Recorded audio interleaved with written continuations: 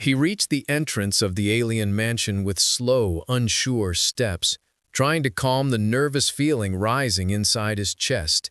He had dreamed about this moment for weeks, imagining a normal visit, a simple introduction, maybe even a polite conversation about his relationship with her daughter.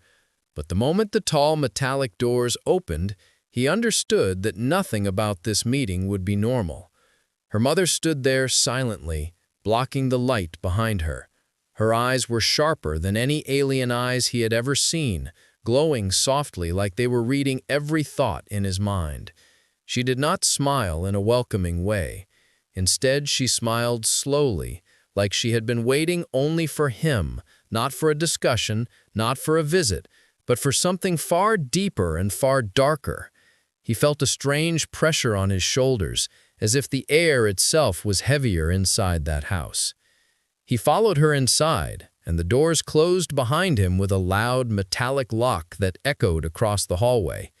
It did not sound like a normal door closing. It sounded like a cage shutting. He swallowed hard, trying not to show fear, but something inside him whispered that he had made a mistake by coming alone. The hallway was long and silent. Every wall glowed with soft blue patterns, like alien veins running through the house. He could not hear any voices, no footsteps, no movement. It felt like he was the only living thing inside the mansion, besides her. She walked slowly in front of him, her movements smooth, almost silent, and every time she turned her head to look at him, her eyes lingered on him just a little too long. He tried to speak to break the silence, but his voice came out thin and weak. She answered every question with short replies, not giving any real information. She never mentioned her daughter. She never asked about the relationship. Instead, she kept watching him with an intensity that made his skin tighten. He felt her studying him like a scientist studies a rare creature. With each step he took inside the mansion, the feeling of danger grew stronger. He could feel the house noticing him too. The lights brightened when he moved and dimmed when he stopped. It felt live, like it was breathing with him, adjusting its pulse to his presence. He wondered if the house was reacting to him or if she was controlling it all. When they reached the inner hall, she finally stopped walking. She turned to face him completely, and the soft blue lights around them darkened until only her face remained visible. The shadows around her seemed to move like they were alive, and her expression softened in a way that did not feel comforting. She stepped closer to him, her slow movements making the air vibrate with a strange energy. He stepped back without thinking, but she placed her hand on the wall behind him, blocking his escape with a gentle but firm motion. Her face was only inches away now. He could feel the heat radiating from her skin. He could hear the low hum of the walls responding to her presence. She looked directly into his eyes, and her voice turned soft, almost whisper-like, as she said, "Finally, alone." The way she spoke those words made the hairs on his arms rise. It did not sound like a mother greeting her daughter's boyfriend. It sounded like someone who had been waiting for him, planning something he had not agreed to. He felt the room tighten around him, almost closing in. He tried to take a step back, but the wall behind him seemed to shift, preventing him from moving away. He asked her where her daughter was, but she only tilted her head and smiled, ignoring the question completely. She reached out and slowly touched his arm, her fingers cold at first, then strangely warm, like her temperature was changing based on his reaction.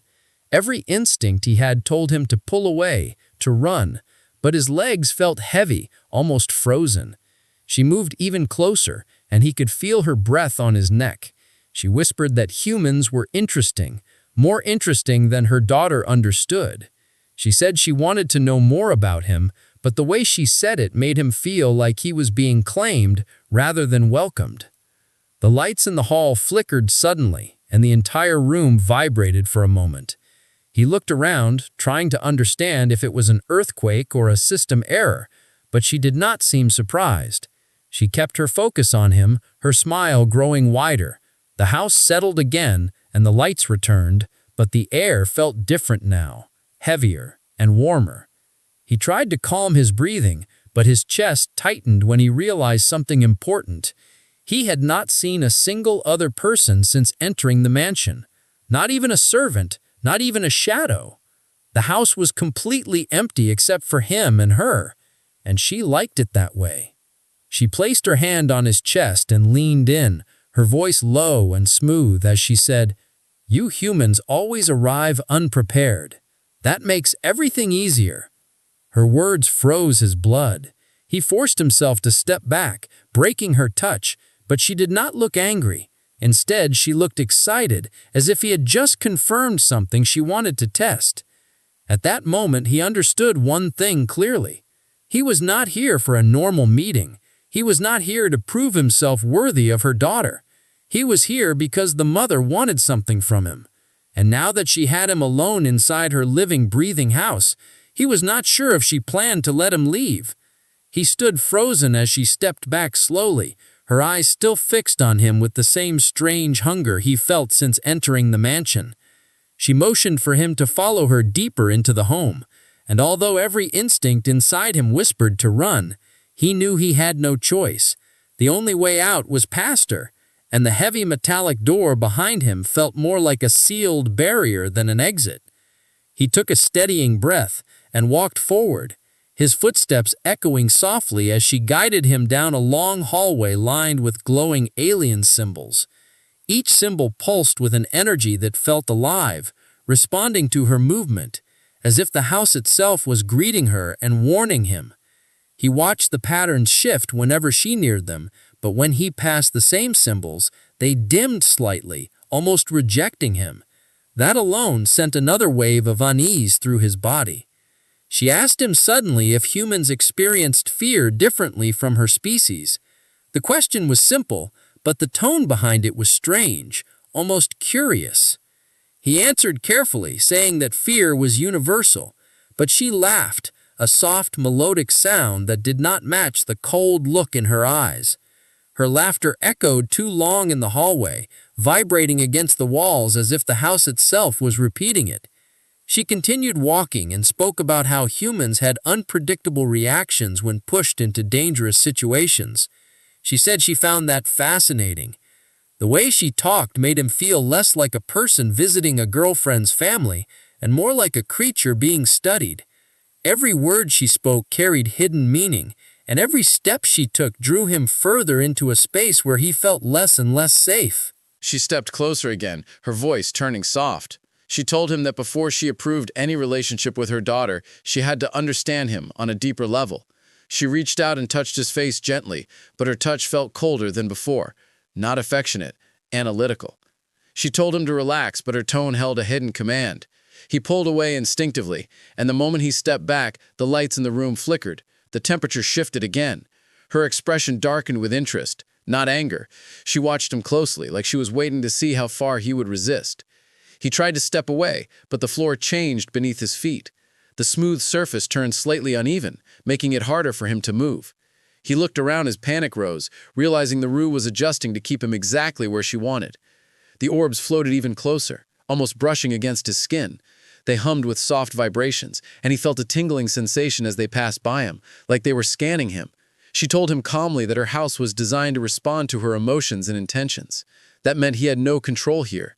She held all the power. He tried to ask where her daughter was, but she gave no answer. Instead, she told him that humans often revealed their true nature under pressure. She said the real test was not physical, it was emotional. She wanted to see how long he could stay calm under fear. She wanted to see what he would do when he realized escape was not possible. Her words hit him like ice. He stared at her as a sudden understanding spread through his mind. She had planned this from the moment he stepped through the door. She wanted him alone. She wanted him afraid. She wanted something only he possessed. Then she stepped so close that their faces were inches apart. Her voice dropped to a whisper as she said, "Let me see what kind of human you really are." In that moment, he understood one thing with absolute clarity. This was not a test. This was a trap, and he had just stepped into the center of it. He stood completely still, trying to calm the rapid pounding in his chest, but the air inside the mansion felt thicker and heavier with every passing second. It was as if the house itself sensed his fear and fed on it. The alien mother watched him with unblinking eyes, her expression calm yet unreadable, giving him no clue about what she planned to do next. She motioned for him to follow as she walked toward another corridor. But this hallway was darker, narrower, and strangely colder than the one before. Every step he took echoed softly, bouncing back from the smooth metallic walls. He noticed immediately that the symbols here were different. These markings glowed with a deep red instead of blue, and every time he passed one, it pulsed like a slow heartbeat. He felt those pulses in his fingertips, like each symbol was touching him back. He wondered if this area was part of the house guests were usually forbidden to enter. She walked ahead without looking back, her long steps steady, her posture composed. He followed cautiously, his eyes scanning the walls for any sign of danger. The silence felt unnatural, almost controlled, as if someone had lowered the sound inside the hallway. He realized he could barely hear his own breathing. When he looked closer at the walls, he noticed tiny, almost invisible cracks that seemed to move slightly when he blinked. The house was shifting, adjusting itself again, reacting to him. The realization made his stomach twist. He was inside something alive and intelligent, something that could trap him in a second if she commanded it. They stopped in front of a sliding door covered with red symbols. She placed her hand on the surface, and the door opened with a deep rumble. A dim, warm light spilled out, revealing a wide circular room filled with strange alien artifacts. He stepped inside slowly, trying to understand the purpose of this space. The walls here were covered with shells that displayed small crystals, metallic devices shaped like bones, and pieces of clothing he recognized immediately. Human clothing. Not new, not clean, old, torn. Some pieces even had faint march of dirt and struggle. His throat dried instantly. She stepped beside him and spoke softly, explaining that her species had met humans before. She said humans always fascinated her people because they were bold enough to roam the galaxy despite their fragile bodies. She said humans broke easily but recovered quickly, and that made them unpredictable. As she spoke, he tried to keep his face neutral, but the fear inside him grew with every word. He walked closer to one of the shelves and saw something that froze him in place. A small photograph in a cracked frame. The picture showed a young human man standing awkwardly beside the alien mother. The smile on the man's face was forced, and his eyes looked frightened. The girl, her daughter, was not in the photograph at all. He picked up the frame with shaking hands, but before he could ask anything, she spoke again. She said the man in the photo visited me many years ago, and I had tested him too. But he failed. She said humans failed often because they acted with emotion instead of logic. She said that even though humans were interesting, they rarely met my expectations. Her voice was calm, but the meaning behind her words felt sharp and dangerous. He placed the frame back slowly, trying to hide the fear spreading through his body. He asked her where the man was now, his voice cracking slightly despite his attempt to control it. She did not answer immediately. Instead, she walked to another shelf and touched a small crystal. The crystal lit up, projecting a faint image into the air. The image showed the same man sitting on a metallic chair, staring ahead with empty eyes. His skin looked pale, almost gray. It did not look like he was alive. The alien mother watched the image without emotion. Then the image faded. She turned to him and said that the man couldn't handle the test. She said that humans sometimes broke in ways that could not be repaired. He stumbled back a step, his breathing faster now. He felt the room closing around him, the air tightening against his chest. She stepped forward, her presence overwhelming. She said, "I hope you would be different." She said that something about you felt stronger, more stable. But her eyes told him something else. She did not want to approve his relationship with her daughter. She wanted to measure him, to study him, to discover what made humans unique. And she wanted to find that answer alone, without her daughter present. He tried to walk toward the door, but the moment he stepped away, the red symbols on the walls glowed brighter. The temperature rose instantly, and the air became hot, almost suffocating. She lifted her hand slightly, and the door behind him slammed shut with a force that shook the floor. He realized then that she was not just testing him, she was controlling every second of this encounter. He was not a guest, he was a subject. The mother walked closer again, her steps slow and deliberate. She told him that humans revealed their true power when cornered. She said she wanted to see that moment in him. She wanted to see what he could become under pressure. Her voice was soft, but her eyes were filled with cold curiosity. He backed away until his back hit the wall. The red symbols behind him glowed brighter, heating the surface until it almost burned. The mother leaned in slightly, her face inches from him. She whispered that the test had officially begun. In that moment, he understood something terrifying. He was alone, trapped, and the only person who knew he was here was the one who planned this. He was inside a living house controlled by someone who did not see him as a boyfriend. She saw him as her next experiment. He pressed his back against the burning wall, trying to ignore the sharp heat that pulsed behind him. But the alien symbols glowed brighter, reacting to every beat of his frightened heart. The alien mother stepped closer, her steps slow and almost soundless, like she was gliding rather than walking. She watched him with an expression that mixed fascination and hunger, an expression that made it clear she was not interested in his safety, nor his comfort. She wanted something deeper, something she believed humans hid beneath fear. He forced himself to steady his breathing, trying to remember that humans survived because they adapted quickly, even when cornered. But this environment was nothing he had ever been prepared for. The room seemed alive, every surface pulsing like skin, every light responding to her emotions. He did not just fear her, he feared the house too. The mother raised her hand and touched one of the red symbols. The moment her fingers made contact, the symbol streaked across the wall like liquid fire, stretching along the shapes and lines until the entire room glowed bright red. A low hum filled the air, and the temperature rose even more. He stumbled forward, unable to stay pressed against the burning surface. She smiled softly, her eyes shining. She said humans always moved when the pressure increased. She said that showed instinct, survival. She liked that. She wanted to see how far he would go and pushed even harder. He wanted to shout at her, demand to see her daughter, demand to know why she was doing this, but the words stayed stuck in his throat. The air felt too heavy, as if the house itself did not want him to speak. He looked around quickly, searching for any opening, any exit, any tool he could use to defend himself, but the room seemed empty except for the shelves filled with crystals and human objects. He spotted a piece of metal that looked like a tool, but before he could reach it, the floor beneath his feet shifted, rising slightly to move him away. The house was adjusting its shape again, blocking his path. He felt the panic building as he realized he couldn't rely on speed or simple reactions. He had to outthink her. He had to do something unpredictable, something the house couldn't calculate. She stepped into the center of the room and placed both hands on the glowing floor. The symbols expanded and a circular panel opened behind her, revealing another room. She motioned for him to follow, her voice smooth and calm, telling him the real test was waiting beyond the doorway. He did not move. Every nerve in his body screamed that he should not step into another room controlled by her, but she tilted her head and whispered that if he refused, the house would respond to her disappointment. The way she said that made him imagine doors closing forever, lights dimming permanently, and air running out. He forced his legs to move, each step heavy with dread, and followed her into the next chamber. This new space was smaller but brighter. The walls were silver instead of red, and the glowing symbols were white, giving the room an almost peaceful appearance. But he knew better now. Nothing inside this house was peaceful. In the center of the room stood a raised platform made of smooth metal.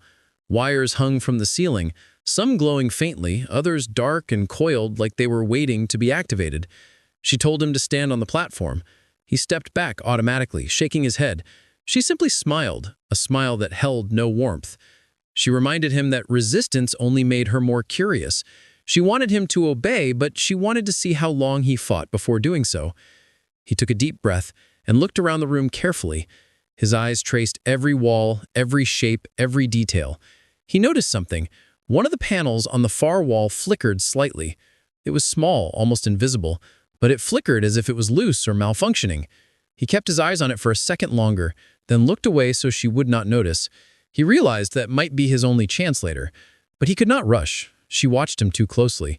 He needed to act like he was still afraid and lost, not planning anything. She stepped closer and gently touched his arm again, her fingers cold and smooth. She said the platform would measure his strength, his instincts, his reactions. She said it would show her what kind of human he truly was. Her tone made it clear she was not interested in fairness or safety. She was interested in observing him, breaking him, and seeing what remained after fear stripped away everything else. He stepped toward the platform slowly, pretending to accept her order. She watched every movement carefully, her eyes evaluating his hesitation like it was part of the test. He stepped onto the platform. The metal surface was colder than ice, sending a sharp shock up his legs. The wires above him lowered, hovering just above his shoulders. He stood still, waiting. The air vibrated, the lights flickered. Then, without warning, the platform jerked upward slightly, causing him to lose balance. He grabbed the edge to steady himself. She watched silently, studying his reaction. The platform tilted again, and he fell to one knee. A bright flash lit up the room. The wires dropped lower, brushing his shoulders with an electrical sting. He bit down hard and forced himself not to yell. She smiled with approval. The platform began to spin, slow at first, then faster. The wire struck again, sending sharp pain through his body. He clenched his teeth and forced himself to stay focused. She expected him to panic, to fall apart, to cry out for help. But he did not. He studied the room instead.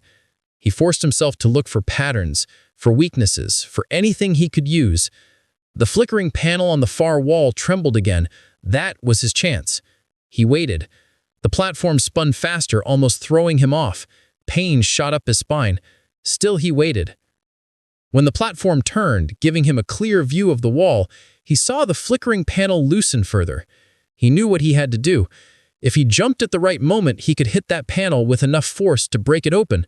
But if he mistimed it, the platform would throw him into the wires instead. The platform jerked violently. He braced himself. He took one deep breath.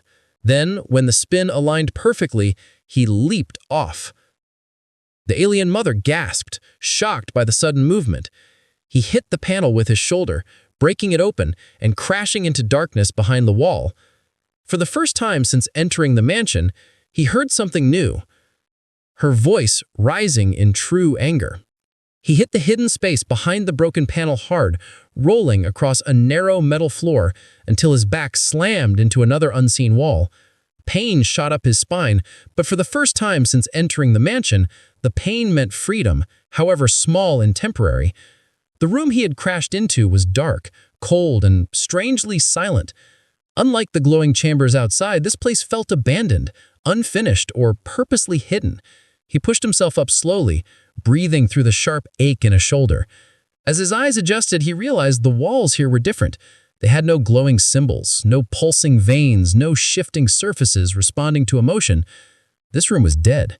It was the one part of the house the alien mother did not control. And that made it dangerous in a different way. Before he could gather himself, he heard her voice echo from the other side of the broken opening, sharp and filled with an emotion he had not heard from her before. Real anger. The calm, patient tone she had used earlier was gone. Instead, her voice trembled with frustration and something darker. She called him by name, her words dragging against the air like claws. She told him to come back. She told him the test was not over. Her commands were no longer soft requests. They were demands wrapped in threat. He backed away from the broken opening, his heart pounding faster as her footsteps approached the gap, slow and heavy. He moved deeper into the dark room, searching for anything that could help him. His hands trailed along the cold metal wall until he felt something, a handle. He pulled, and a narrow door cracked open with a soft hiss. Inside was a thin passageway, barely wide enough for him to fit. He squeezed inside, and the moment he closed the door, the muffled sound of her footsteps vanished.